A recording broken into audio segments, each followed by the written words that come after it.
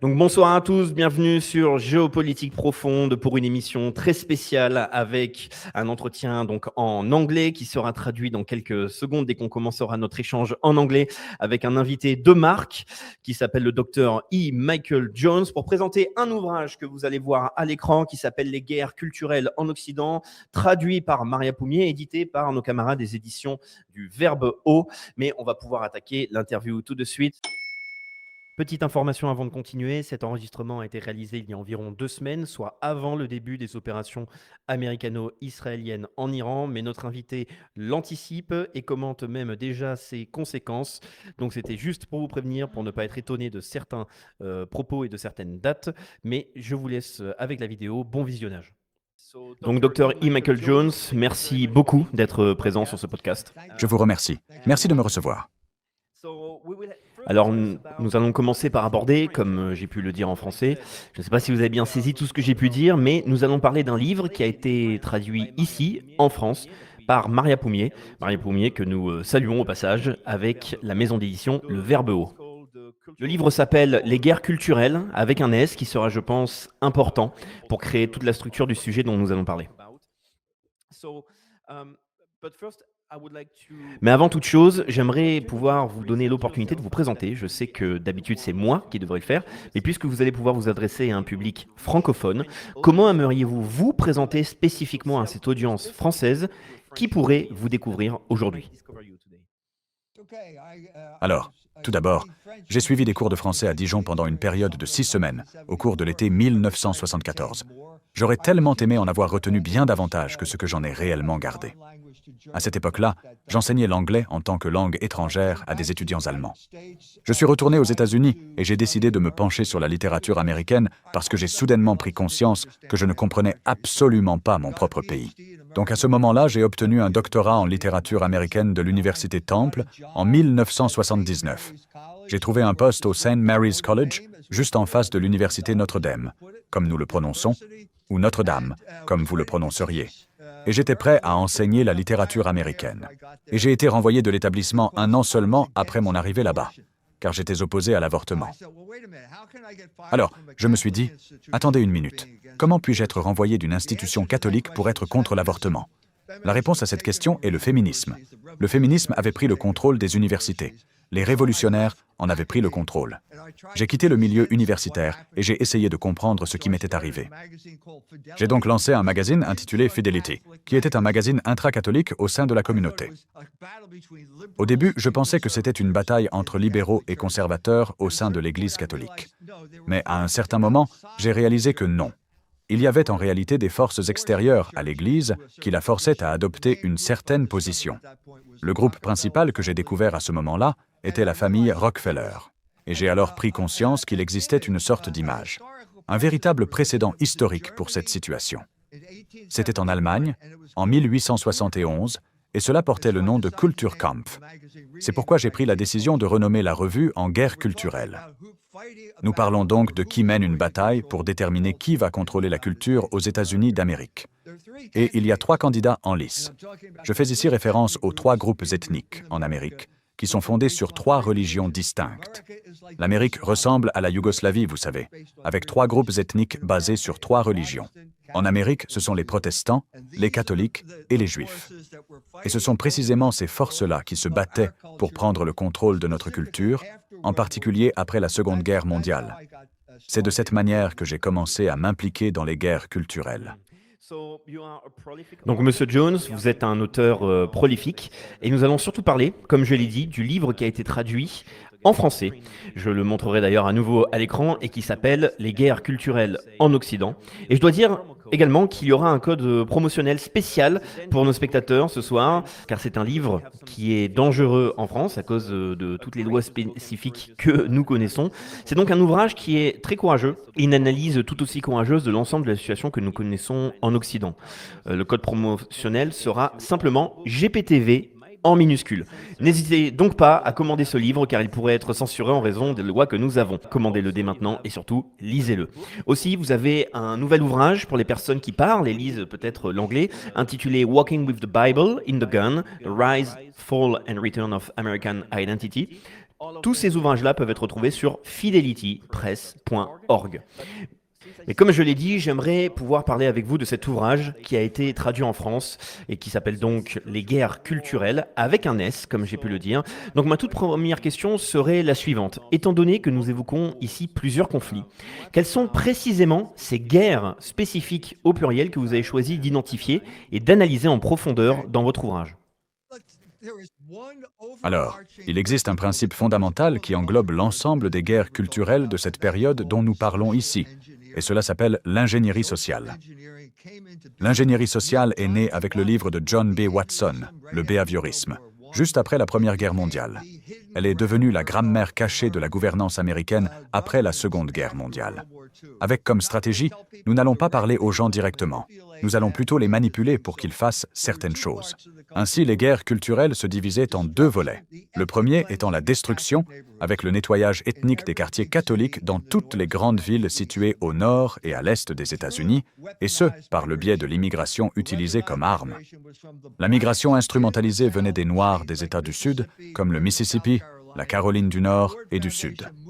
Il faut savoir que la Fondation Ford a déplacé ces personnes dans des quartiers catholiques et a détruit ces quartiers. Et dans le même temps, nous avons l'autre volet de l'ingénierie sociale, donc l'autre aspect des guerres culturelles, à savoir l'érosion et la destruction de la moralité sexuelle aux États-Unis d'Amérique. J'ai donc écrit 2 livres à ce sujet. Le premier s'intitule « Le massacre des villes, le renouvellement urbain comme nettoyage ethnique ». Le second ouvrage s'intitule « Libido dominandi », libération sexuelle et contrôle politique. Et les essais qui ont été traduits en français par Maria Poumier sont extraits de ces 2 sources qui sont absolument fondamentales. Alors ces guerres, c'était dans une ville comme Philadelphie, où j'ai grandi et où ma femme a grandi aussi. Ces guerres étaient en fait de vraies guerres avec des fusillades. C'était les Noirs contre les Blancs. Des gens se faisaient tuer dans les rues. Et c'était la même chose à Chicago. Il y avait énormément de violence, vous savez ? C'était de véritables guerres, même si elles étaient plutôt discrètes et de faible intensité, mais bel et bien des guerres réelles où des personnes se faisaient tuer. Au même moment où les catholiques se battaient pour conserver leur quartier et leur mode de vie, leur moralité sexuelle était en train d'être minée de l'intérieur. Ça a commencé au moment de ma naissance. J'étais encore dans le ventre de ma mère quand le rapport Kinsey est sorti et a commencé à influencer les choses. Le rapport Kinsey a bénéficié du soutien des Rockefeller et cela a contribué à une érosion absolument considérable de la moralité sexuelle. Et pas seulement aux États-Unis d'Amérique. Je dirais même que c'est encore plus vrai en Allemagne, qui est une autre victime de l'ingénierie sociale. Et vraiment, l'impact de l'ingénierie sociale en Allemagne est terrible. Le mot « rapport », pour le rapport Kinsey, est devenu un mot allemand. Ce n'est pas un mot allemand. Alors, quand j'enseignais dans ce petit village, en Allemagne, ils avaient un petit théâtre. Et soudain, nous avons eu ces films pornographiques softcore appelés Schulmädchenbericht. Der Schulmädchenbericht. Le mot allemand est Bericht et non rapport. Et c'était en fait, c'était fondamentalement une tentative de détourner l'attention de la jeune génération, donc ma génération, celle des années 1960-1975, de les détourner donc du terrorisme. Le Bundesnachrichtendienst en Allemagne, à cette époque, a mené une enquête auprès de jeunes de ma tranche d'âge, soit environ 25 ans à ce moment-là. Et pas moins de 80% des jeunes en Amérique ont déclaré qu'ils accueilleraient un membre de la bande Baader-Meinhof dans leur appartement et le logeraient pour la nuit s'il le leur demandait. De même, 85% de la jeunesse allemande sympathisait ouvertement avec la bande Baader-Meinhof. Et la pornographie a été créée dans le but de détourner ces personnes de leur engagement politique. C'est d'ailleurs précisément ce que fait la pornographie. C'est en tout cas ce qui s'est produit là-bas. Un événement similaire a eu lieu au Portugal, à peu près à la même époque. C'est le moment où la pornographie était utilisée comme une véritable arme pour anéantir toute opposition aux élites de la classe dirigeante. Et donc, avec ce développement de la pornographie, nous avons vu apparaître de nouveaux ennemis, d'une certaine manière, dans différents domaines. Et nous avons maintenant, même si je pense qu'ils ont perdu beaucoup de pouvoir depuis quelques années, mais nous avons pu voir une montée qui était vraiment effrayante, d'une certaine manière, surtout aux États-Unis. On peut également dire qu'elle ralentit également en Europe. C'est avec le mouvement woke que nous avons aujourd'hui, qui est une conséquence d'ailleurs, je pense, de cette libération sexuelle et de tout le travail que nous avons avec la French Theory et ainsi de suite. Donc nous avons eu ce problème spécifique au sein de la société avec l'éducation sexuelle, également la façon dont la population était éduquée d'une manière propre à la modernité. Donc pouvez-vous nous en dire plus sur les autres guerres? Peut-être qu'un des sujets qui pourrait être abordé serait celui qui concerne, sachant que je sais que vous avez rencontré des difficultés quand vous avez parlé spécifiquement d'un problème avec l'ADL par exemple, et nous avons un peu le même type d'organisation en France quand vous parlez des différentes batailles entre des personnes issues d'autres communautés ethniques. Oui alors, pour ce point. La bataille concernant la pornographie et l'obscénité en Amérique est fondamentalement une bataille entre catholiques et juifs. Il n'y a pas vraiment d'autre façon de le décrire. Alors, les Juifs arrivent en Amérique vers les années 1890. Ils volent la caméra de cinéma de Thomas Edison. Ils déménagent à Hollywood et commencent à créer, à produire des films en série. Et le peuple américain est scandalisé par ces films parce qu'ils sont obscènes. Ils ridiculisent le clergé et des choses de ce genre. Alors, les protestants essaient de faire quelque chose, mais ils échouent. Et à ce moment-là, les catholiques ont commencé à faire quelque chose. On parle de l'année 1929 environ. Hollywood s'est endetté de manière considérable pour financer l'avènement du cinéma parlant.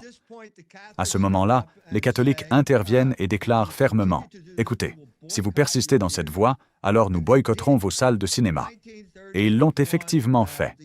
En 1931, le cardinal archevêque de Philadelphie a décidé d'organiser un boycott massif des cinémas Warner Brothers à Philadelphie. Harry Warner perdait ainsi $100 000 par semaine, et ce, uniquement à Philadelphie. Et ce boycott menaçait de s'étendre partout, dans chaque grande ville qui possédait une importante population catholique en Amérique. Et donc les Juifs finissent par céder et acceptent finalement ce qu'on appelle le code de production, afin d'éviter des pertes encore plus importantes.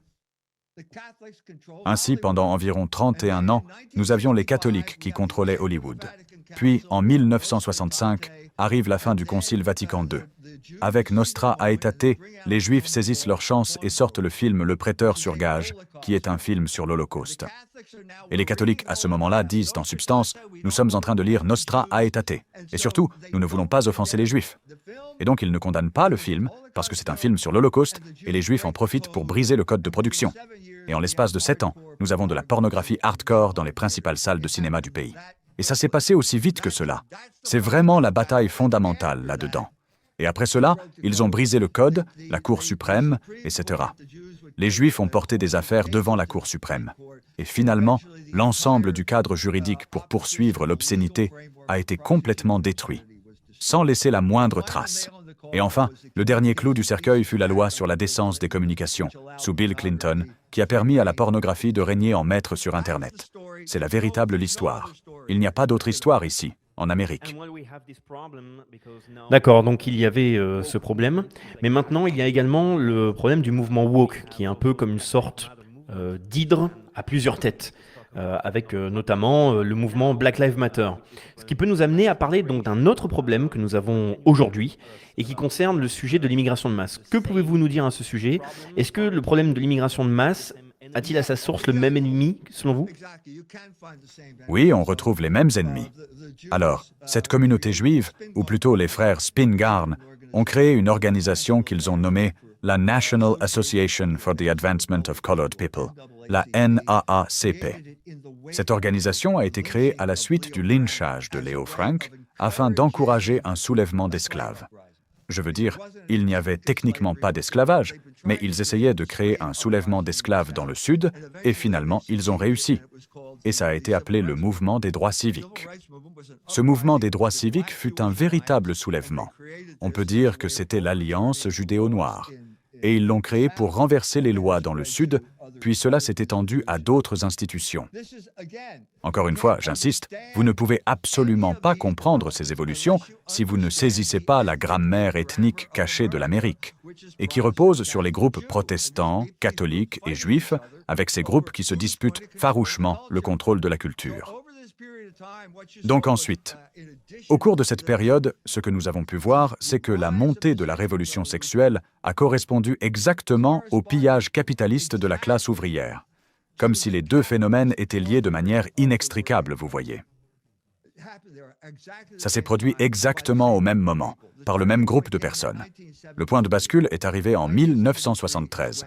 C'est cette même année que les salaires ont cessé d'augmenter. Cette même année, celle où l'avortement a été légalisé en Amérique. Et à cette époque-là, des gens comme moi étaient confrontés à la révolution sexuelle, mais nous étions complètement aveugles au fait qu'une révolution économique se déroulait en coulisses, sans que nous nous en rendions vraiment compte. Donc 1973, c'est précisément l'année où la carte de crédit a été introduite en Amérique. Et à partir de 1973, sur les 20 années suivantes, disons jusqu'aux années 90, des milliers de milliards de dollars ont été retirés des poches de la classe ouvrière et transférés entre les mains des spéculateurs de Wall Street, précisément dans celle du 1%. Et comme ils ont accumulé énormément d'argent, ils ont utilisé leurs organisations, comme l'AIPAC, comme l'ADL, que vous avez déjà mentionné, pour prendre le contrôle du gouvernement, tout simplement. Et à présent, ils exercent un contrôle total sur notre gouvernement. Et la preuve irréfutable de cela est que nous nous dirigeons vers la guerre finale au Moyen-Orient, où l'administration Trump est prête à entrer en guerre avec l'Iran, uniquement pour apaiser Benjamin Netanyahou. Et peut-être parce qu'il détient des dossiers compromettants sur Jeffrey Epstein ou quelque chose de ce genre. Voilà la crise que traverse l'Amérique en ce moment. On va pouvoir revenir sur ce point dans quelques instants. Vous parliez de grammaire cachée et je voudrais donc vous parler maintenant d'Emmanuel Todd. Peut-être que cela va surprendre les spectateurs du fait que nous parlions en anglais d'un intellectuel français et également plus tard d'un autre intellectuel. Nous parlerons d'Alain Soral. Donc, dans votre livre, vous analysez le travail d'Emmanuel Todd et plus spécifiquement la partie où il parle de satanisme et également de grammaire cachée. Alors non, ce n'est pas exactement ça. Je vais m'expliquer. J'ai lu ce livre, Le défi de l'Occident.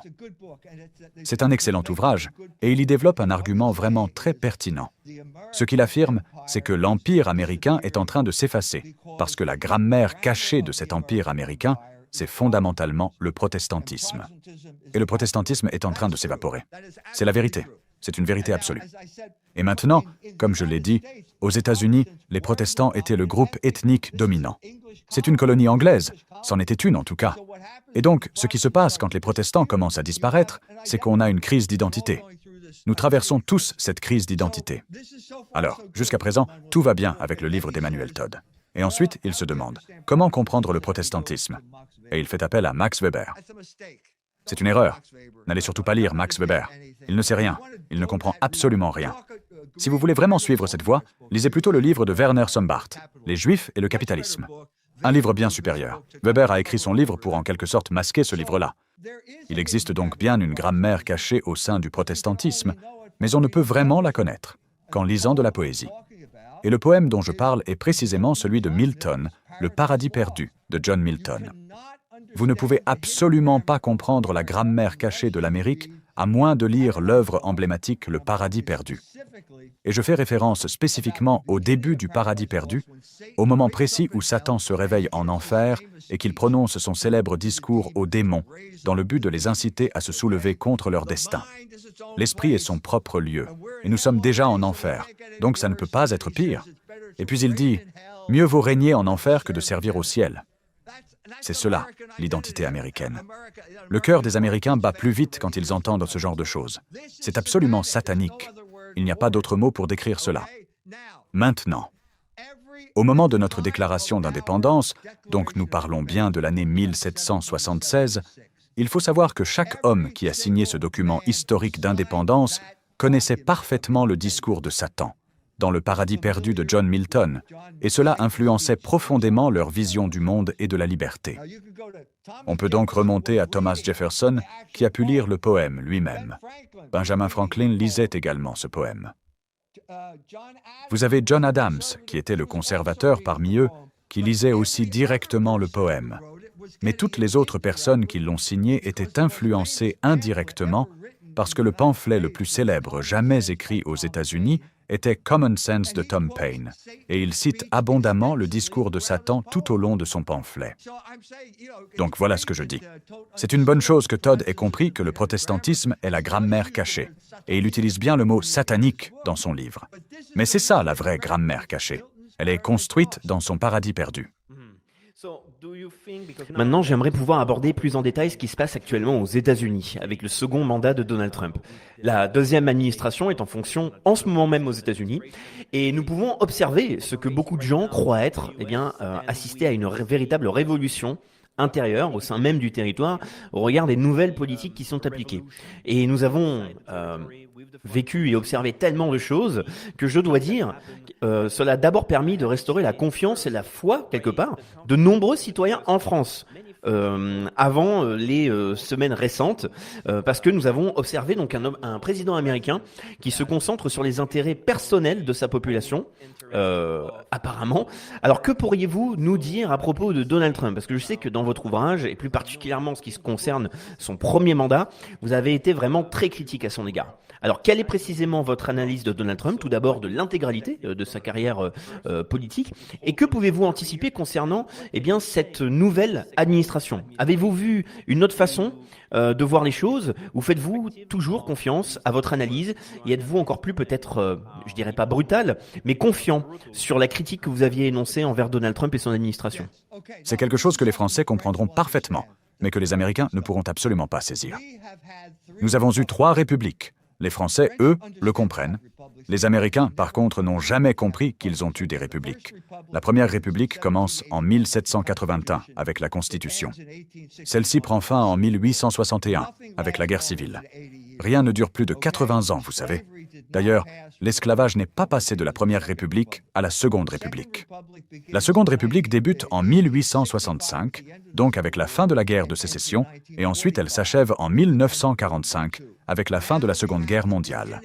Et nous assistons maintenant au début de la Troisième République, où l'Amérique que l'on connaît émerge sur la scène mondiale et deviendra, finalement, l'unique hégémon du monde. Maintenant, quelles sont les institutions à noter? Les Nations Unies sont l'institution principale de la Troisième République. Elle était censée empêcher la guerre, pas en provoquer davantage. Nous arrivons à présent à la fin de la Troisième République. Je vous dis ce que je pense. 2025 marque pour moi la fin de la Troisième République. Nous naviguons vers une nouvelle République, vers des eaux totalement inexplorées. Et donc, le New York Times a réalisé une interview avec Donald Trump, et l'intervieweur lui a posé cette question directe. « Respectez-vous le droit international ?» À cela, Trump a répondu sans la moindre hésitation « Non ». Puis, le journaliste a poursuivi en demandant « Eh bien, qu'est-ce que vous respectez alors ?» Et il a répliqué « Ma propre pensée. C'est absolument satanique. Il faut comprendre que c'est précisément ce que Satan a déclaré.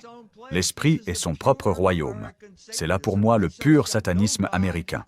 Et donc, il n'a d'autre guide que sa propre pensée, et nous naviguons en ce moment même dans des eaux totalement inexplorées. C'est là le problème fondamental de la République américaine à l'heure actuelle. Et personne ne sait vraiment où tout cela va nous mener. Quand on fait le bilan, les communautés protestantes sont en train de disparaître. Nous assistons à un conflit entre catholiques et juifs sur l'existence d'une loi morale universelle, et le gouvernement ignore ces profonds changements. Vous comprenez ?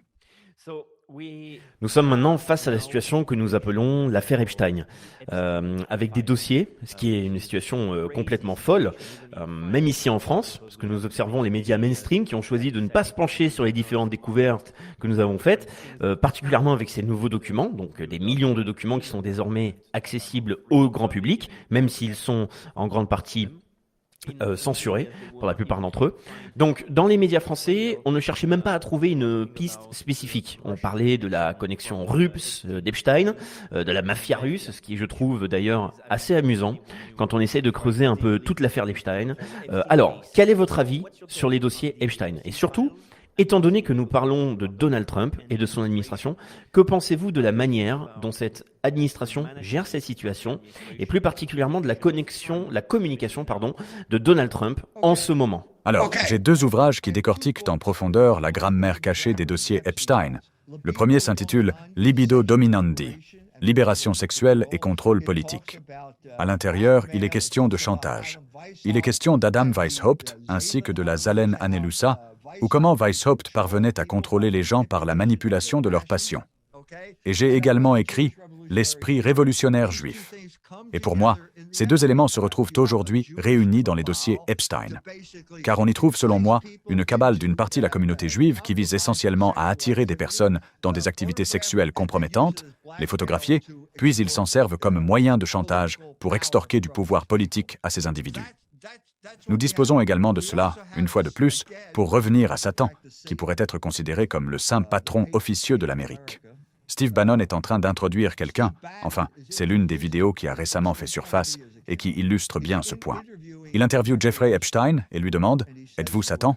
Et Jeffrey Epstein répond « Non, non, je ne suis pas ça. » Là, Bannon lui dit « Eh bien, vous êtes vraiment intelligent. » Et vous avez Epstein qui répond « Eh bien, je ne savais pas que j'étais si intelligent. » Puis Bannon arrive à la conclusion, et là, il commence à citer le discours de Satan dans Le Paradis perdu. Et donc voilà, c'est bien de cela qu'il s'agit, la fameuse grammaire cachée. Ce n'était au départ qu'une notion purement théorique. Ainsi, vous avez une figure comme Ralph Waldo Emerson, le penseur américain de premier plan. Il a écrit un essai intitulé « La confiance en soi », dans lequel il dit « Rien n'importe que l'intégrité de votre propre esprit ». Et quelqu'un lui dit « Eh bien, et si cela venait d'en bas ?» Et il répond « Si cela vient du diable, alors je suis du parti du diable. » Et il s'est resté fidèle à sa femme. Et il est allé en Angleterre, et il s'est retrouvé à se disputer avec Charles Dickens et Thomas Carlyle, qui affirmaient que la moralité sexuelle avait disparu. Et il supposait que la même chose se produirait en Amérique. Et Emerson a simplement répondu « Non. Si vous ne comprenez pas que chaque Américain se rend à son lit conjugal en tant que vierge, alors vous ne comprenez pas l'Amérique. » Voilà, c'est là le type de statut exceptionnel de l'Amérique. Et Tocqueville l'a remarqué quand il est venu aux États-Unis dans les années 1830, à savoir l'influence de la religion sur l'Amérique. Ce qui s'est produit durant cette période, c'est la destruction du consensus moral qui unissait le peuple des États-Unis d'Amérique. Et cela s'est passé après la Seconde Guerre mondiale, et le principal groupe responsable de cela, pour moi, était une partie de la communauté juive, avec leur promotion de l'avortement ou encore de la pornographie et de toutes les autres choses. Donc si on suit votre analyse, que répondriez-vous à quelqu'un qui dirait « Ok, j'accepte la situation et cette analyse, mais maintenant, nous avons les dossiers Epstein qui deviennent de plus en plus publics. Et la vérité se révèle petit à petit, avec toutes ces situations sous la seconde administration de Trump. Donc, est-ce qu'on ne peut pas dire que Trump, au regard de cette situation, eh bien, quelque part, combat cette cabale qu'on pourrait dire juive ou cette cabale israélienne, puisque tout est en train de sortir au grand jour? Non, il est entièrement sous l'emprise de la cabale juive. Il est complètement contrôlé. Il y avait un élément de doute durant la première administration, car il n'arrêtait pas de dire « l'Amérique d'abord ». Et j'ai voté pour lui parce qu'il disait ça, « l'Amérique d'abord ». C'était ce que nous devions faire. Par contre, dès qu'il est arrivé au pouvoir, c'est devenu Israël d'abord. Et la deuxième administration, à cet égard, est bien pire que la première administration. Bien pire. Il est en réalité bien plus contrôlé. Beaucoup de gens disent qu'il est compromis par les dossiers Epstein lui-même. Il connaissait certainement Epstein, vous comprenez? Bon, il était assurément ami avec lui. Il fréquentait les mêmes cercles sociaux à New York. Il était bien présent aux soirées en question.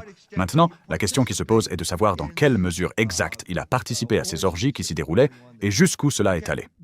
L'évolution ici, c'est que l'Amérique est passée d'un satanisme philosophique théorique à un satanisme pratique bien réel, et c'est précisément la preuve irréfutable, selon moi, qui ressort des dossiers Epstein. Ils étaient en fait impliqués dans des pratiques qui, pour moi, illustrent parfaitement ce basculement. Alors, je pars du principe que ce que j'entends est vrai, qu'il s'agissait de la torture d'enfants, du meurtre d'enfants.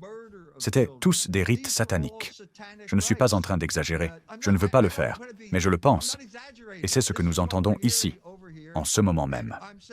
Et c'est un point important pour moi, car je dis qu'il y a une cohérence profonde dans l'identité américaine qui a conduit directement à ce problème. Et maintenant, nous allons devoir faire face à ce problème, un problème vraiment sérieux, car l'ensemble du groupe d'élite en Amérique a été complètement discrédité. L'une des premières victimes est Bill Gates. Je ne sais pas si vous avez vu le dossier sur Bill Gates. Il écrit à Epstein en disant « Je viens de contracter une maladie vénérienne de l'une des adolescentes russes que vous m'avez fournie. Est-ce que vous pouvez m'envoyer un antibiotique? Je ne veux pas infecter ma femme. » Donc là, je pose la question. Allons-nous permettre à cet homme-là de créer une autre pandémie? Va-t-on vraiment le suivre quand il dira « Maintenant, vous devez prendre une dose », alors qu'il s'avère que le dernier produit qu'il a promu a eu tellement d'effets néfastes? N'oubliez pas qu'il est même banni d'Afrique et d'Inde, parce que les doses qu'il y a promues étaient en réalité des agents avec des effets stérilisants. C'est une crise qui se déroule en ce moment même, et personne ne semble avoir la moindre idée de la direction à prendre.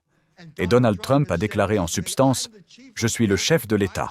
Je suis celui qui pilote le navire et je ne crois pas aux cartes. Je ne suivrai pas l'étoile. La seule chose que je suivrai, c'est mon propre esprit. » Cela vous montre à quel point la situation mondiale est précaire en ce moment.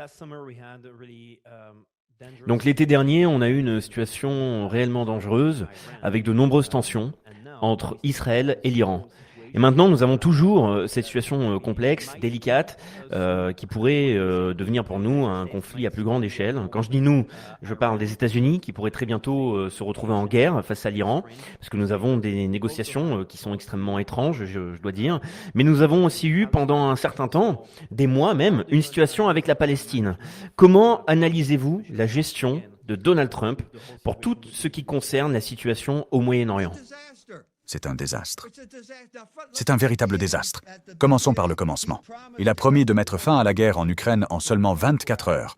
Et il aurait pu y arriver sans problème s'il avait pris ses responsabilités et traité honnêtement avec Poutine. Malheureusement, ce n'est pas du tout ce qui s'est passé. Et puis, la crise suivante qui se présente est le génocide à Gaza. Tout cela est réalisé avec des bombes américaines, de l'argent américain, des armes américaines, et le peuple américain se sent complètement impuissant face à cette situation. Ils ne sont pas d'accord avec ce que Netanyahou est en train de faire là-bas, mais le gouvernement ne les écoute absolument pas. Le gouvernement est contrôlé par des groupes comme l'AIPAC, et c'est précisément ça le problème. Alors ce que vous voyez maintenant, c'est que s'il décide de mener cette guerre contre l'Iran, ça va être absolument catastrophique et cela détruira complètement son administration. Il ira probablement en prison une fois que les républicains seront chassés du pouvoir. Il y aura certainement un autre processus d'impeachment et il pourrait bien être condamné cette fois-ci. Ce sera donc un véritable désastre pour Donald Trump, mais également pour l'Amérique entière. Alors, nous avons parlé des guerres culturelles en Occident, mais là, nous avons surtout parlé des États-Unis. Et j'aimerais que l'on puisse échanger maintenant plutôt sur le sujet de la France ainsi que de l'Europe. La France, parce que dans votre livre, sachant que nous savons déjà que vous répondez à Emmanuel Todd à travers son livre La défaite de l'Occident, mais vous écrivez aussi sur Alain Soral. Alain Soral, qui est un intellectuel français, attaqué pour ses idées, également aujourd'hui exilé en Suisse, puis en Russie. On l'a d'ailleurs reçu il y a quelques semaines. Donc, que pouvez-vous nous dire sur la situation en France et en Europe à travers les guerres culturelles? Et d'ailleurs, quelle est pour vous la guerre que vous pouvez considérer comme étant la plus importante qui se joue actuellement en France et en Europe? Alors, vous savez, j'ai rencontré Dieudonné à Téhéran. Et Dieudonné travaillait en collaboration avec Alain Soral au sein de l'organisation connue sous le nom d'Égalité et Réconciliation.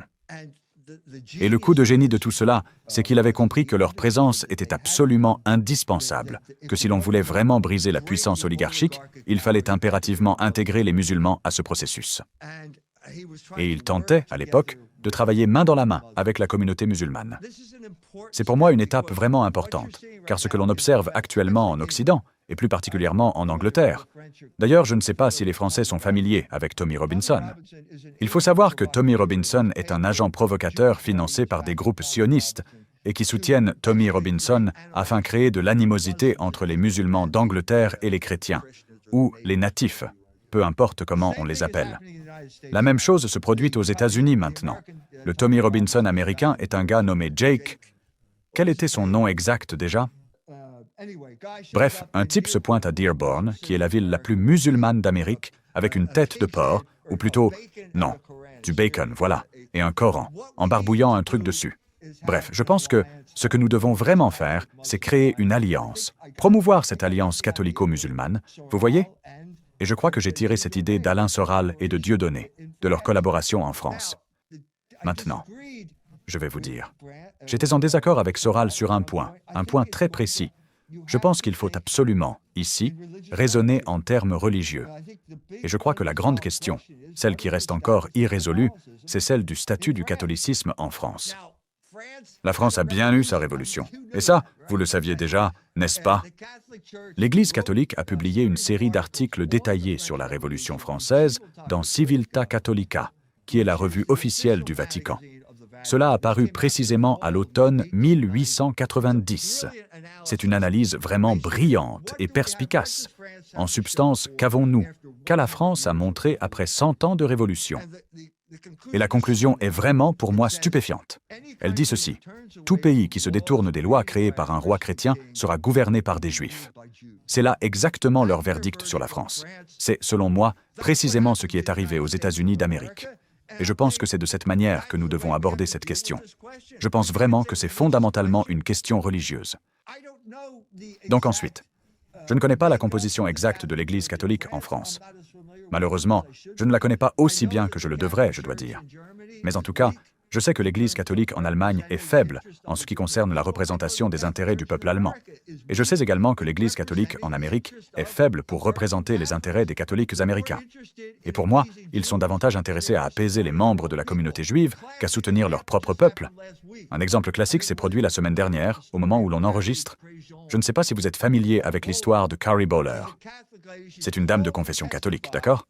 Elle est appelée à témoigner devant le comité de Trump sur la liberté religieuse, et elle entre dans la salle, et là, elle déclare « Je suis catholique ». Je ne soutiens pas le sionisme, et vous ne pouvez pas imposer votre sionisme à ma religion. Maintenant, c'est beaucoup plus fort parce qu'elle est catholique. Elle aurait pu dire, si vous comprenez l'expression, « Je suis une reine de beauté ». Elle est une reine de beauté. Je suis conservatrice. Je viens de Californie. Elle aurait pu dire « Je suis une femme ». Elle aurait pu dire n'importe laquelle de ces choses, et cela n'aurait pas eu le même impact, l'impact qu'elle a eu parce qu'elle a déclaré être catholique. Parce que maintenant, il y a un groupe qui peut s'opposer à cet autre groupe et dire « C'est votre religion. Ne m'imposez pas votre religion. Et d'ailleurs, je suis américaine. N'imposez pas non plus votre religion aux États-Unis d'Amérique. C'est le moment absolument crucial que vit l'Amérique en ce moment. Je ne sais pas s'il y a un moment similaire en France actuellement. Vous devrez me le dire. J'aurais maintenant une question sur l'essence des différents mots qui sont employés. Vous avez pu parler, vous, directement des Juifs, on a pu parler du sionisme. On sait par exemple qu'Emmanuel Todd, dans son ouvrage, utilise un autre terme qui s'appelle le blob. On a également le terme néoconservateur qui devient de plus en plus populaire en France et qui est déjà aux États-Unis. Donc, ma question est simple, comment est-ce que vous analysez l'utilisation de ces différents mots? Est-ce que vous considérez que certains ne sont pas assez précis pour désigner l'ennemi constitué dans votre livre? Absolument. C'est précisément le point. Sun Tzu a dit « Si vous ne savez pas qui vous êtes et que vous ne pouvez pas identifier l'ennemi, alors vous perdrez chaque bataille. » Nous devons donc absolument avoir les bonnes catégories. Et le sionisme ainsi que le mot juif ne sont pas synonymes. Ok? Le sionisme est une idéologie juive. Dans la zone de résidence, il y avait deux grandes idéologies juives qui s'affrontaient. L'une d'elles était le communisme, le bolchevisme ou le socialisme, ce qui représente l'internationalisme juif. L'autre, c'était le sionisme, qui incarne le nationalisme juif. Nous avons ces deux aspects de cela en Amérique, et ce que nous avons, c'est le bolchevisme culturel, qui est responsable de l'avortement, de la pornographie et de toutes les autres choses que j'ai mentionnées. Et de l'autre côté de l'équation, nous avons le sionisme politique, qui est maintenant en pleine ascension. Mais, selon moi, il vous faut absolument connaître l'expression « les Juifs » pour bien saisir comment tous ces éléments s'articulent entre eux. Parce que ceci est un terme que je tire de l'Évangile. Lorsque j'ai rédigé mon ouvrage qui s'appelle « L'esprit révolutionnaire juif », il m'a fallu me replonger dans l'Évangile. Car, selon moi, c'est là le début de ce conflit. Le Messie, Jésus-Christ, arrive sur cette terre, et les Juifs de l'époque doivent l'accepter selon ses propres conditions. Les Juifs qui agissent de cette façon sont appelés chrétiens. Les Juifs qui, par contre, le rejettent et le mettent à mort sont appelés Juifs. Vous me suivez? Ils ont donc tous les deux le même ADN. Ce n'est pas... L'antisémitisme est d'ailleurs une désignation raciale qui n'a absolument aucun sens ici, à ce moment décisif de notre histoire. Donc, les Juifs qui ont rejeté Jésus-Christ l'ont tué. Jésus-Christ est le Logos incarné. Le Logos est Dieu. Quand on se rebelle contre le Logos, on se rebelle contre l'ordre même de l'univers et on devient inévitablement des révolutionnaires. C'est exactement ce que, pour moi, les Juifs ont été. C'est ainsi que je perçois l'identité juive depuis 2000 ans. Et cela perdure jusqu'à ce jour. Ce sont des révolutionnaires. C'est l'esprit révolutionnaire juif. C'est de cela que j'ai parlé. Alors, quand vous dites les Juifs, à cette époque, voulez-vous dire tous les Juifs? Non, évidemment, vous ne voulez pas dire tous les Juifs. C'est une nostra aetate. La Sainte Vierge ne s'est pas tenue devant le crucifix, le Christ pour dire « crucifiez-le ». De même, Saint Jean n'a pas dit « crucifiez-le ». Ces personnes étaient pourtant biologiquement juives. C'est un point vraiment important à souligner. Mais ce n'étaient pas les Juifs, au sens où le peuple juif dans son ensemble aurait rendu un jugement officiel par leur tribunal et aurait fait tuer Jésus-Christ. Nous devons absolument maintenir cette distinction. Nous devons vraiment la comprendre. Alors quand j'étais à Mashhad, le rabbin David Weiss était là. J'ai dit, nous devons briser le tabou sur le sens du mot « les Juifs ». Nous devons identifier clairement ce dont nous parlons. Et j'ai ajouté, mais si tous les Juifs étaient comme le rabbin Weiss, membre de Neturei Karta, un juif orthodoxe, antisioniste. J'ai déclaré, si tous les Juifs étaient comme lui, alors nous n'aurions aucun problème. Mais ce n'est pas le cas. Il faut identifier le problème exactement. Nous devons utiliser les bons termes pour réussir à avoir une analyse claire, selon moi. Mais donc, juste pour être clair, à la fois pour le public, mais également parce qu'on connaît la situation en France et les règles qui existent, vous parlez finalement un peu comme Alain Soral, d'une certaine manière, car il en parle dans Comprendre l'Empire, ainsi que d'autres ouvrages, du fait qu'il s'agisse d'un groupe spécifique au sein de la population juive, où ils ont une vision extrémiste et religieuse du monde. Je pense qu'il est important de pouvoir prendre du temps à peut-être plus détailler ces termes-là, parce que sinon, si ce n'est pas précisé de cette manière, il pourrait y avoir de la confusion. Et d'ailleurs, on pourrait malheureusement dire la même chose aujourd'hui des musulmans, par exemple, car nous savons qu'il existe des extrémistes dans l'islam. Mais nous ne voulons pas dire que tous les musulmans seraient des terroristes, par exemple. Et je pense qu'il est important, surtout en France, de pouvoir faire cette distinction. Donc, pouvez-vous dire aux gens qui nous écoutent, de manière plus précise, ce que vous entendez par ces termes-là? Je vais juste vous clarifier les termes. Revenons-en à l'Évangile, à la Bible. Donc, qu'a dit saint Paul? C'est d'ailleurs Carey qui l'a cité devant ce panel. Les Juifs, première épître aux Thessaloniciens, chapitre 2. Les Juifs sont le peuple qui a mis à mort le Christ, et ils sont les ennemis de l'humanité tout entière. Alors, elle a dit cela au panel, et a demandé, est-ce que cela fait de moi une antisémite? Eh bien, en fait, oui, absolument. Parce que, comme je le pense, des Juifs contrôlent désormais une partie du pouvoir politique, et aujourd'hui, l'antisémitisme est tout ce que les Juifs n'apprécient pas, y compris ces passages de la Bible. Ces Juifs, comme je l'ai expliqué, sont les personnes qui ont tué le Christ. Et ils constituent aujourd'hui une entité politique bien organisée, qui d'ailleurs contrôle la grande majorité du peuple juif, en les maintenant sous son emprise par la peur, principalement. Quelqu'un qui a compris cela était Israël Shamir, qui était dans Tsahal pendant la guerre de 1973, et il a dit « Les grands juifs utilisent les petits juifs comme boucliers humains pour faire avancer leur propre programme. » J'ai rencontré une femme israélienne qui pensait que j'étais un véritable trésor national. Elle aime beaucoup lire mes écrits. Elle a raconté qu'elle était venue d'Israël, qu'elle était arrivée à New York. Dès qu'elle est arrivée ici, l'AIPAC l'a emmenée à leur conférence et a commencé à semer la peur. Elle n'avait jamais ressenti cela quand elle était en Israël, mais maintenant qu'elle est aux États-Unis, c'est cette peur constante. Elle était tellement consternée par cela qu'elle est partie et est montée dans sa chambre et n'est plus jamais redescendue. Vous arrivez à imaginer? C'est le type de situation que nous avons. Il faut donc, je pense, nommer le peuple juif. Il existe une entité politique qui exerce un pouvoir imprégné de judaïsme, que personnellement je désigne comme les Juifs ou le peuple juif, et c'est là, pour moi, que réside fondamentalement le problème. Parce qu'on n'a même pas le droit de dire qu'ils existent, encore moins de les critiquer. Principalement en France d'ailleurs, où nous avons des lois spécifiques qui nous interdisent de le faire, sinon nous serions poursuivis en justice.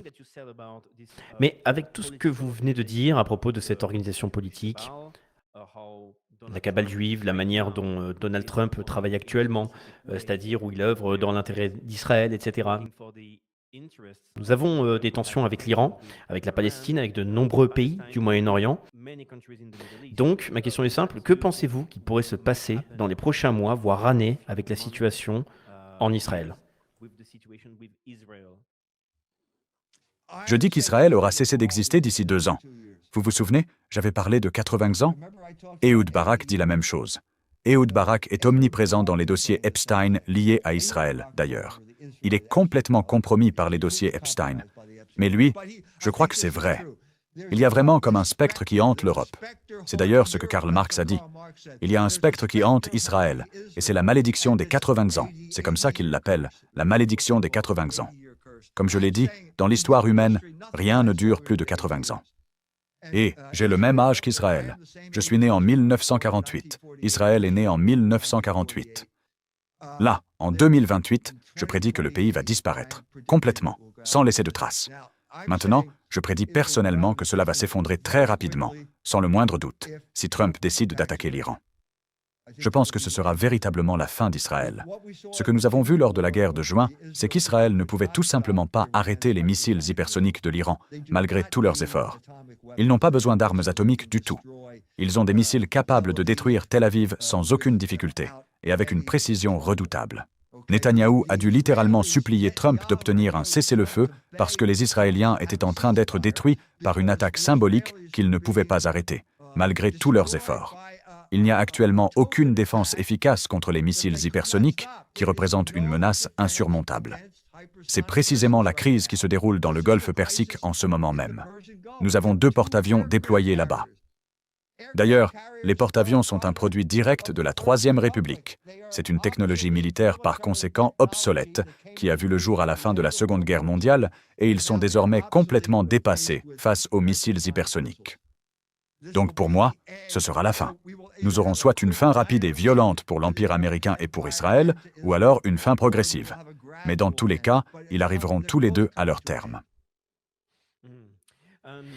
Et je dois aussi dire aux personnes qui nous écoutent et qui vont acheter et lire le livre en français, d'ailleurs, je le répète, que vous avez accès à un code promotionnel sur cet entretien, avec marqué tout simplement GPTV en minuscule sur le site des éditions du Verbe pour bénéficier d'une réduction spéciale si vous souhaitez lire l'intégralité du livre, qui donc contient de nombreux textes sur différents sujets, qui parlent même de Benjamin Netanyahou, par exemple.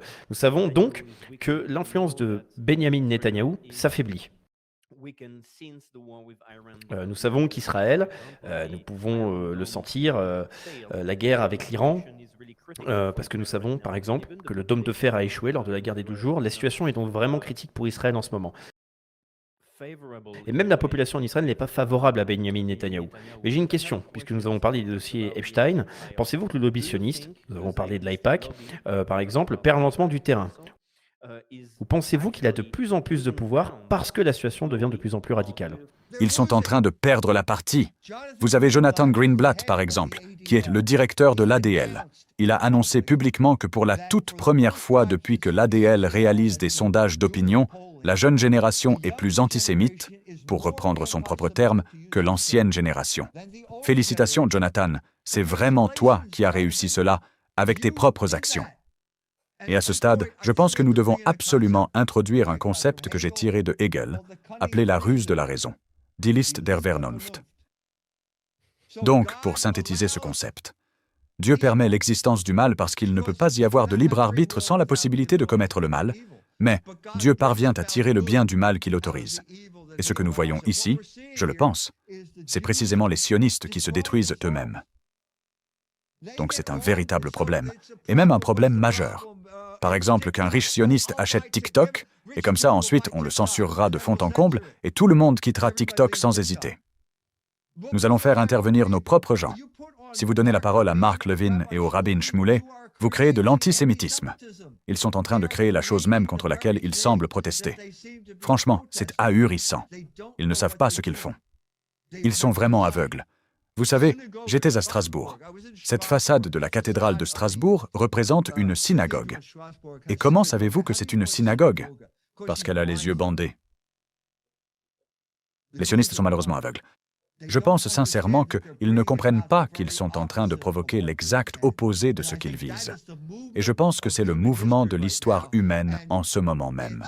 Et c'est ce que l'on appelle Zeitgeist, comme dirait Hegel. C'est le mouvement de la Vernunft, de la rationalité. C'est Dieu qui agit dans l'histoire humaine, permettant le mal pendant un temps, puis faisant surgir le bien de ce mal. Ce sont vraiment des points très intéressants et je ne peux que répéter encore une fois à notre audience, aux gens qui nous regardent, qui doivent lire ce livre qui a donc été traduit en français, parce qu'il est assez dense, c'est une compilation de nombreux textes et comme je l'ai dit, nous avons beaucoup de sujets à aborder et malheureusement, nous sommes limités dans le temps, donc il ne nous sera pas possible de pouvoir tout dire ce soir. Cependant, il y a un dernier sujet dont j'aimerais pouvoir parler, puisque nous avons, on va dire, précisé un problème. Nous avons parlé des différentes guerres, mais nous avons surtout parlé du problème de ce que nous pouvons appeler la cabale juive, que vous avez précisé comme étant les juifs, car nous devons utiliser ce mot spécifiquement, selon vous, pour cette conversation. Alors, donc, quelles pourraient être les solutions que vous proposez face à ces problèmes? Et j'aimerais d'abord aussi vous demander plus de détails.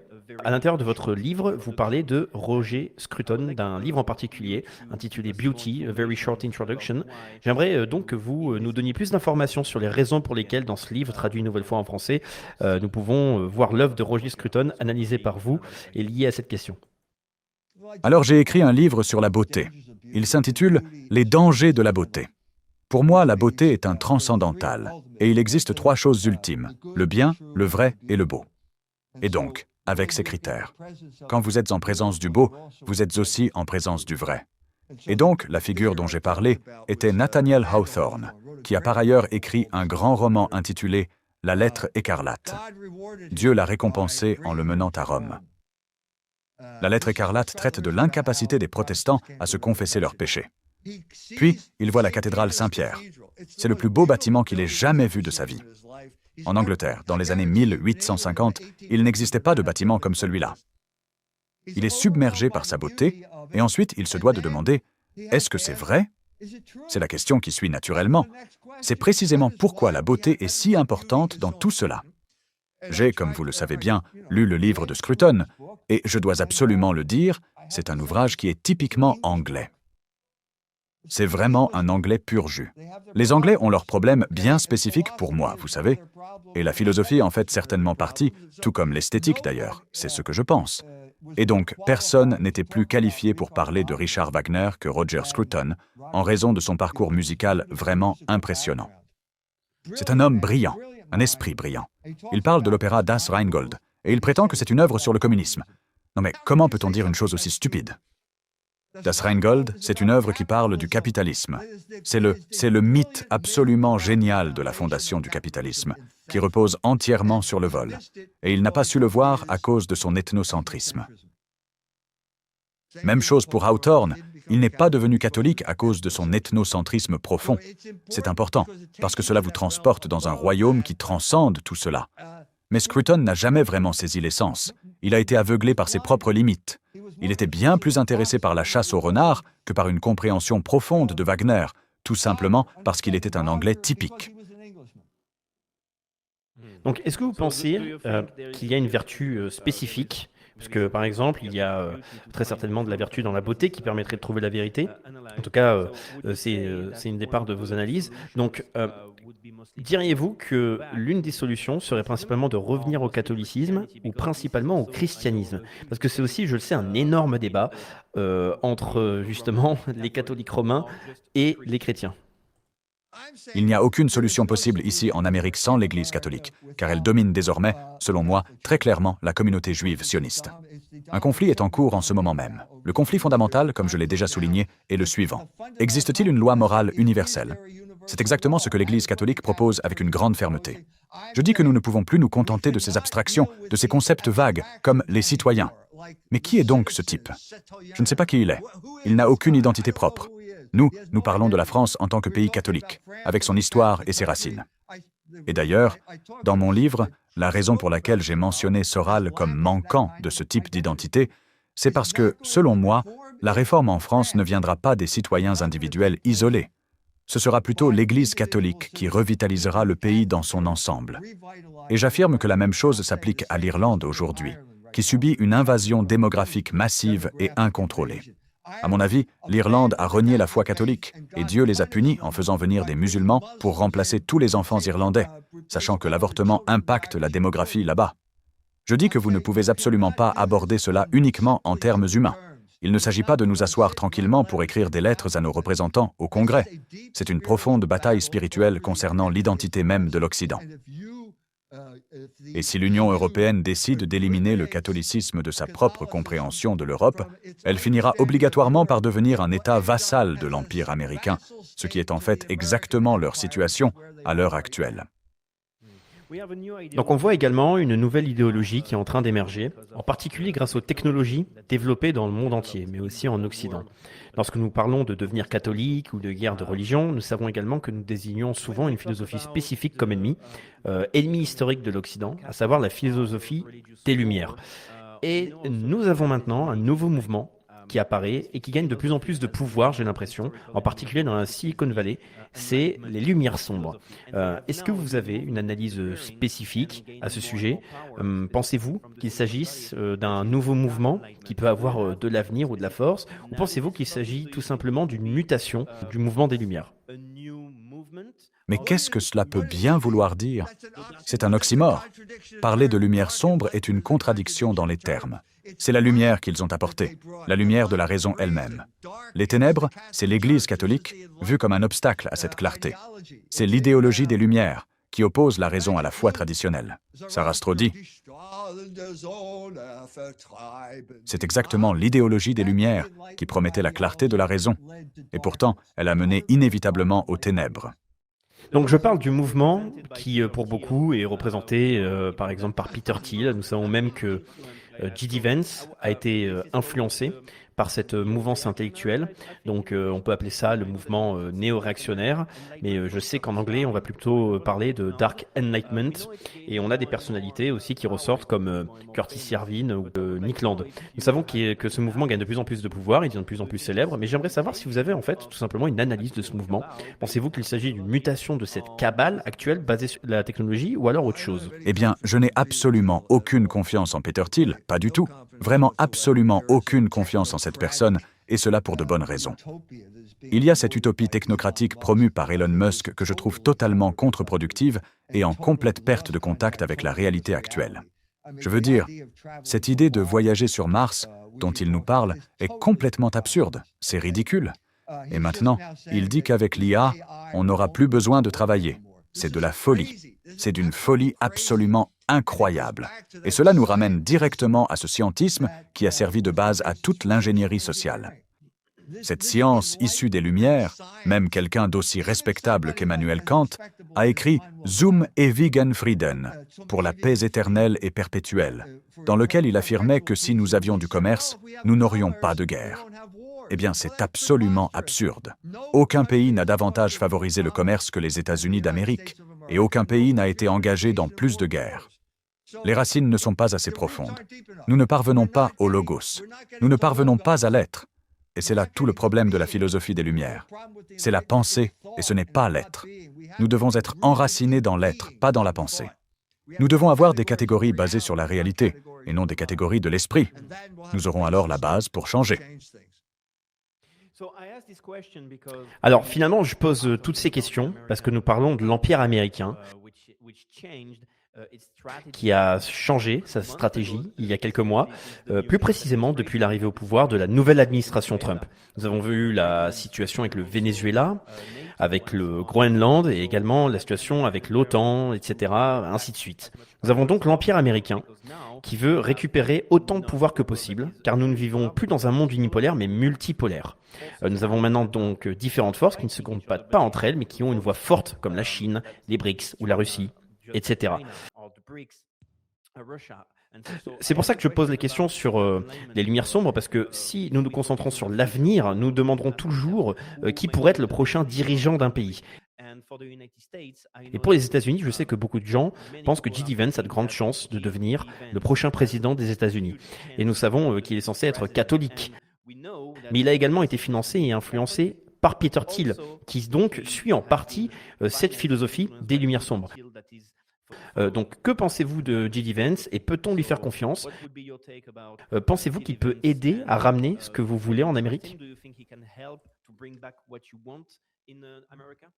Je ne pense pas qu'il raisonne en catégorie catholique.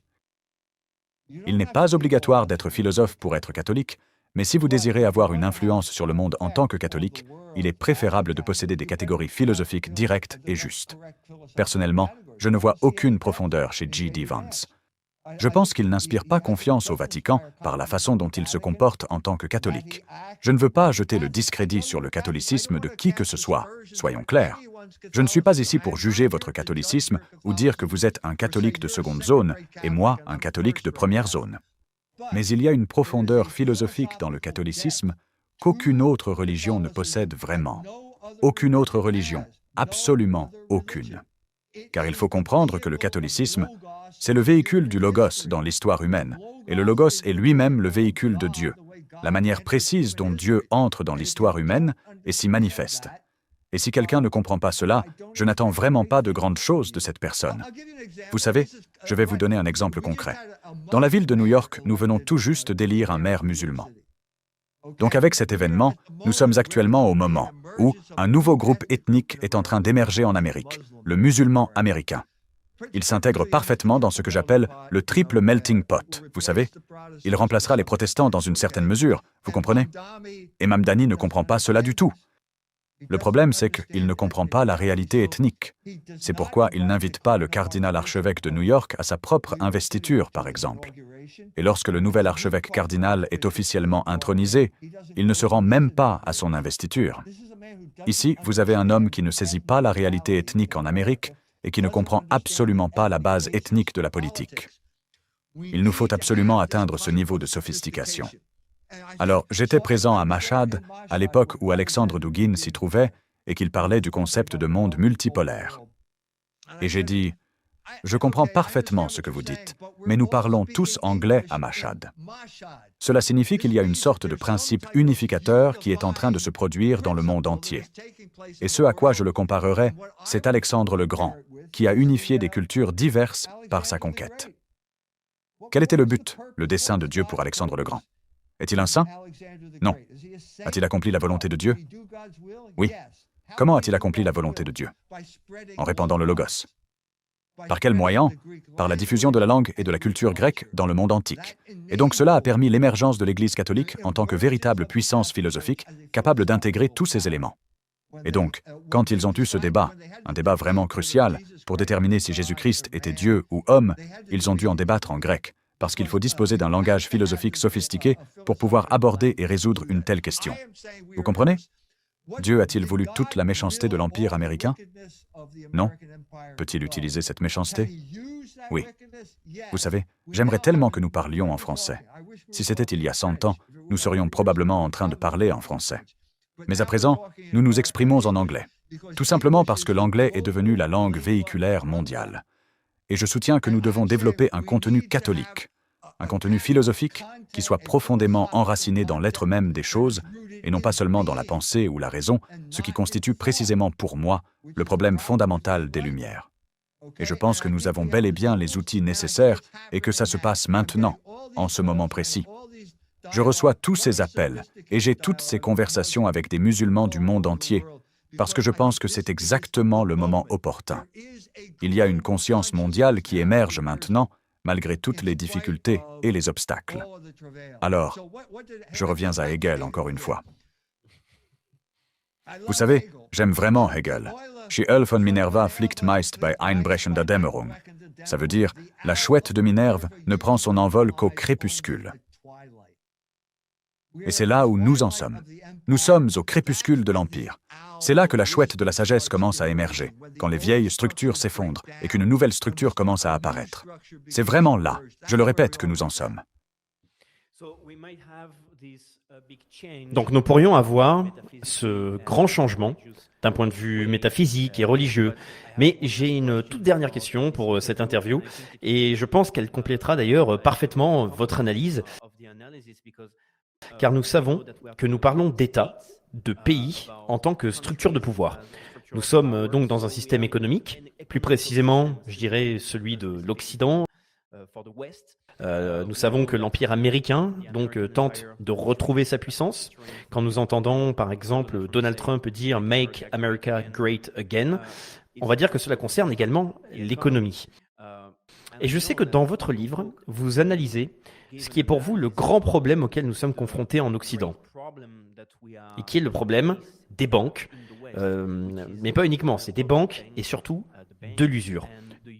Que pouvez-vous dire à ce sujet et que pensez-vous qu'il va se passer avec le système actuel que nous avons et qui pourrait être sur le point de s'effondrer potentiellement, totalement? Alors oui, j'ai écrit un très long livre qui fait plus de 1000 pages et qui s'intitule « Métal stérile », une histoire du capitalisme comme le conflit entre le travail et l'usure. Car au fond, il n'y a que deux options, le travail d'un côté et l'usure de l'autre. Le travail, c'est la source de toute valeur. Qui a dit cela, à votre avis? C'est Karl Marx qui l'a affirmé. Adam Smith l'a affirmé. John Locke l'a dit aussi. Et le pape Jean-Paul II l'a déclaré. Donc c'est une vérité. En fait, pour ce groupe si différent, le travail est la source de toute valeur. En cette année dont j'ai parlé précédemment, 1973, aux États-Unis, l'Amérique a tourné le dos au monde du travail. 2 ans plus tard, elle a commencé à se tourner vers l'usure. Les cartes de crédit, en effet, sont une forme pure et évidente d'usure. La même chose s'est produite à l'échelle mondiale. Un événement important, qui était en 1975, si je me souviens bien, quand Valéry Giscard d'Estaing a invité tous les dirigeants, comme Helmut Schmidt, Jimmy Carter, Margaret Thatcher, au château de Rambouillet. Et ensemble, ils ont détruit le travail domestique, en favorisant des politiques qui l'ont miné. C'est de cela qu'il s'agissait. C'était l'instauration du système mondial. Alors, on a fait tout construire par les Chinois parce que la main-d'œuvre était bon marché. Ce fut une grave erreur. Nous devons revenir sur cette erreur. Et l'homme qui le dit à présent, c'était Howard Lutnick. Howard Lutnick est allé à Davos et a dit ceci. Il le répète. Maintenant, qu'il y parvienne, c'est une autre histoire. Mais nous devons nous détourner de l'usure et revenir au travail. Nous devons recommencer à produire des choses, car c'est la seule source de valeur. Et donc, est-ce que vous pensez, ou plutôt, est-ce que vous faites un lien avec le sujet dont nous avions parlé, qui était en quelque sorte la cabale, et ce point-là que vous venez de développer? Et si la réponse est oui, si nous parlons par exemple de Wall Street, est-ce que vous pensez qu'un changement est également à venir bientôt? Alors oui, je crois vraiment qu'un grand changement est en approche. Je pense que le moment est venu d'instaurer un impôt sur la fortune. Et je me porte personnellement volontaire. J'emmènerai Paul Singer tout en haut du plus grand gratte-ciel de New York et je le tiendrai fermement par les chevilles et je le secouerai sans relâche jusqu'à ce que tout l'argent tombe de sa poche, car il n'a absolument pas mérité cet argent. Saint Thomas d'Aquin a écrit à la duchesse de Brabant. Elle lui disait « Les usuriers contrôlent toute notre économie. Que devrions-nous faire ?» Et Saint Thomas d'Aquin répond « Alors que ce n'est pas un communiste. Confisquer cet argent, exproprier cet argent. Ils n'ont aucun droit à cet argent. » Et je dis la même chose à propos des gains usuraires de Wall Street. Des milliers de milliards de dollars sont allés dans les poches de Wall Street. Cet argent a été volé aux travailleurs des États-Unis. Et nous, en tant que peuple, un gouvernement a le droit de le reprendre. Maintenant, comment faire cela? C'est une toute autre question. Mais je pense que Mamdani parle maintenant de taxer Wall Street. C'est donc dans l'air. La question est de savoir si nous pouvons le faire avec succès. Bon, eh bien, nous arrivons à la fin de cette interview. Merci encore beaucoup d'avoir participé à cette émission et j'espère que vous avez réussi à survivre à mon accent français. Et oui, parce que c'est un exercice toujours difficile pour moi, car je pense en français et souvent, eh bien, j'ai du mal à trouver les mots. Mais bref, comme nous réalisons cette interview pour un public français, eh bien, la situation politique actuelle est assez difficile en France. Nous avons Macron, qui est censé partir bientôt, à savoir l'année prochaine, et nous ne savons pas quel parti prendra le pouvoir. Nous avons également l'influence de l'Europe, ou plutôt dirais-je de l'Union européenne, qui contrôle certains, si ce n'est beaucoup, d'aspects pour des pays, et notamment la France, et ne nous permet donc pas d'obtenir une certaine indépendance, et je dirais même liberté. Donc avec tout ce que vous avez dit sur les États-Unis, sur l'Occident en général, quel serait votre message au public français qui écoutera cette interview? L'Occident a échoué. C'est exactement ce que Denethor dit dans Le Seigneur des Anneaux. Qu'est-ce que je veux dire par là, avec cette référence? Eh bien, l'Occident a été corrompu par tout, par les Lumières, par la Révolution française, etc. Je pense qu'il est temps de revenir aux racines catholiques de la France, d'exproprier les expropriateurs, de chasser les usuriers, de revenir au travail comme source de toute valeur, d'éliminer l'influence de la communauté, que j'ai mentionnée, par la pornographie et toutes ces autres choses. Il faut que ce soit un véritable renouveau spirituel. Et la seule et unique source de ce renouveau spirituel ne pourra être que l'Église catholique.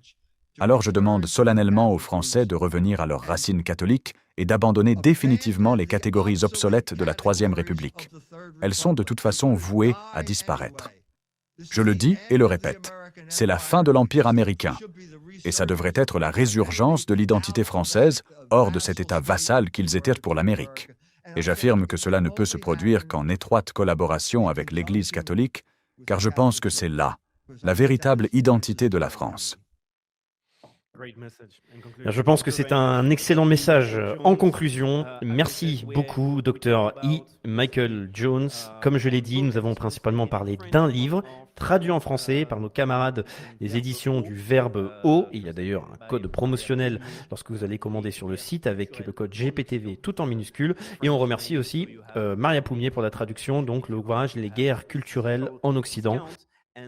C'est le titre français, vous trouverez le lien dans la description pour pouvoir passer à l'attaque et à la lecture. J'espère avoir l'occasion, Monsieur Jones, de vous interviewer à nouveau, car nous avons abordé que brièvement certains sujets et nous avons encore beaucoup de choses dont il faudrait discuter. Encore une fois, merci beaucoup. Ce fut un grand plaisir de vous parler aujourd'hui et d'avoir pu partager ces idées avec vous. Vous savez, j'étais un existentialiste quand j'avais 17 ans. Et je garde bien en mémoire le souvenir de cette époque en France, où Paris était vraiment le centre de l'univers intellectuel.